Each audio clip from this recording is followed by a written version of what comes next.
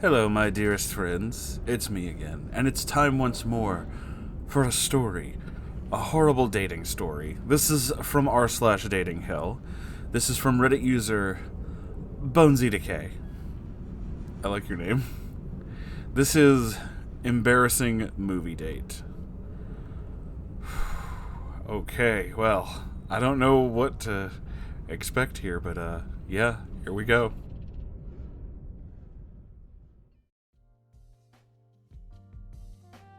When I was in high school, I had a punk friend I used to run into at shows a lot, and he was often with this really cute, skinny guy with long hair named Billy.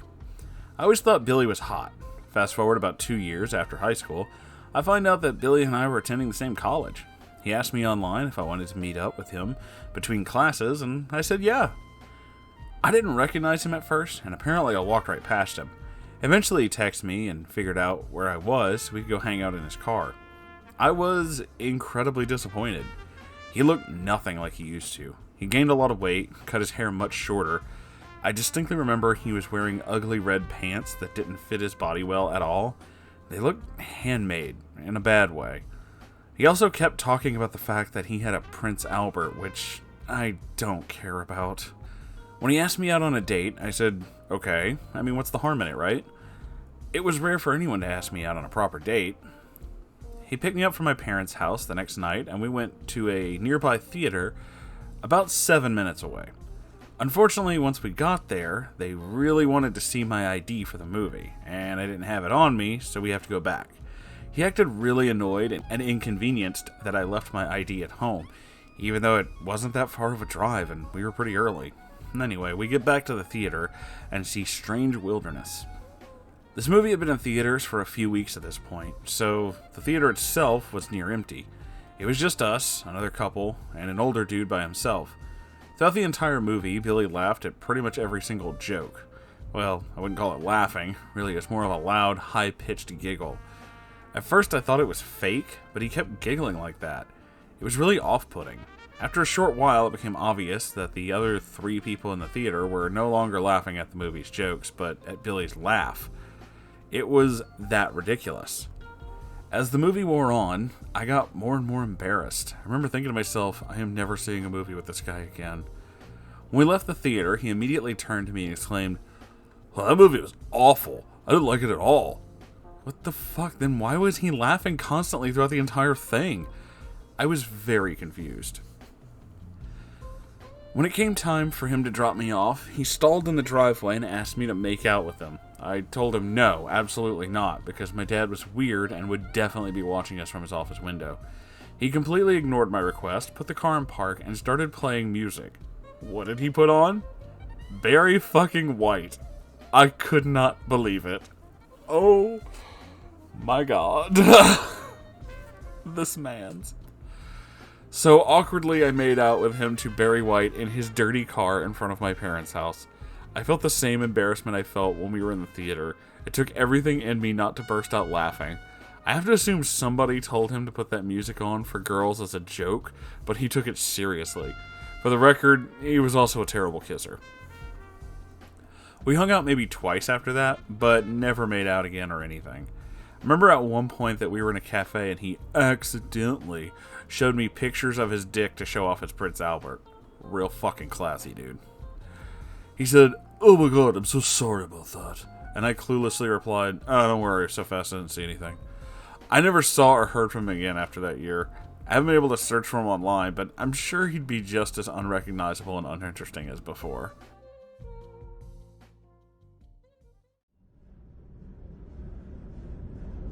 I don't even know, man. I don't even know. I can't figure out what the worst part is. The fact that he laughed at everything about it and then shit on it like some weird hipster thing, or the fact that he was like, "Oh yes, Barry White, that gets the women's in the mood," or the fact that he was just like, "Oh no, I totally have to show you my wangus." Like, dude, don't go flashing your wangus. That's just not cool. None of that works. Oh god, everything about that is just. I feel myself slowly collapsing inward from the cringe. It's not good. It's not good. But since this is such a short story, let's continue with another one. From the same subreddit, Dating Hell. This is from Reddit user KRCG88. That's a deal breaker. Okay.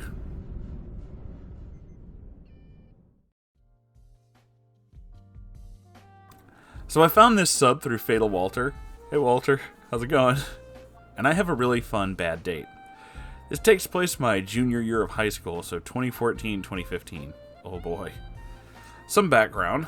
I'd come out of the closet my sophomore year. My junior year, I was in a vocational program for veterinary assisting, and this was not my first date, and I don't believe it was his. The characters, Alex, a friend of mine, and the one who set this up, KJ, myself. I have to put my name in because he insisted on calling me by my name constantly. I was a short, slightly chubby social butterfly who got along with everyone. Gary, my wonderful date. Oh, he was just so lovely. He was, maybe still is, a tall, awkward ginger who was pretty average, but not in a bad way. On to the story. So it starts one day in the vocational program. It's a normal day, and Alex and I were doing our usual animal care when she started complaining about her friend Gary constantly complaining about being single. I made the mistake of saying being single can be rough.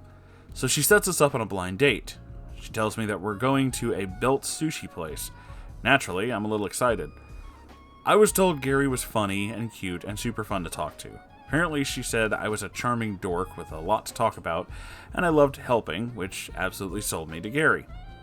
So the night of the date, I borrow my mom's car and head over. I was maybe 10 minutes early, so I sit on a bench of shame and wait. He shows up 20 minutes late, saying he ran into construction, on a road that I drove the same day to get him flowers. He was not what I expected. She said he was a little taller than me.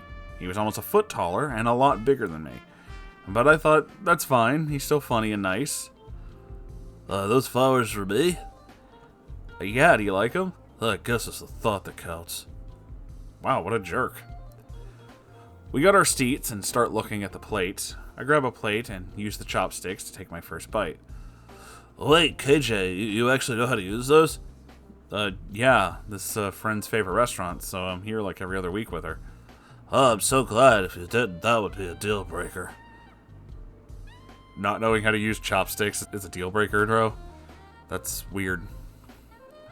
That was concerning, but I figured he was trying to make a joke and just kind of flopped, but then he kept mentioning what his actual deal breakers were, including how I pronounce Akai, if I didn't like his favorite show, House of Cards, having other gay male friends, what kind of smoothie I liked at Jamba Juice, he worked there, if I liked romantic comedies, if I had different tastes than him in like 20 different things.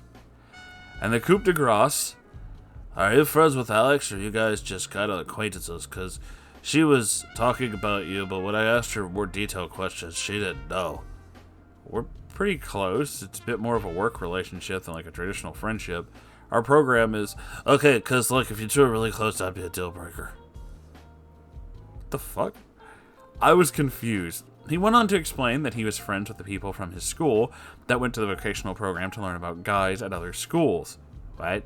We finished up dinner, and as I was about to say goodnight, when he told me to work at his Jamba Juice, I just went with it as if he was offering me free smoothies. When we get there, he has his co-workers make us these smoothies, and we stepped outside to say goodnight. When we were talking, he reached down and squeezed my ass. I thought, well, this may have been a bust, but at least maybe we could have some fun. So I leaned into him. Alex told me you were tall, and at first I was worried. Why? I was worried you'd be too tall to kiss. I know. Very smooth. He took it at face value and laughed. The conversation fizzled out, and we said our goodnights and left. The next day, I watched some of his favorite shows because I was curious, and it was horribly boring, in my opinion. He started texting me, asking if my comment on his height was meant to lead to a kiss, and that he wanted to take me to the back seat of his car, and, well, let's not share that portion, but he was worried we weren't a match because I hadn't watched his shows, and what if we weren't a match? Then the minute I told him I wasn't the biggest fan of his show, he ghosted me for literal years. He reached out recently to tell me I've aged well, and that he's matured and wants another chance with me. I said no because I very publicly have a boyfriend of 2 years.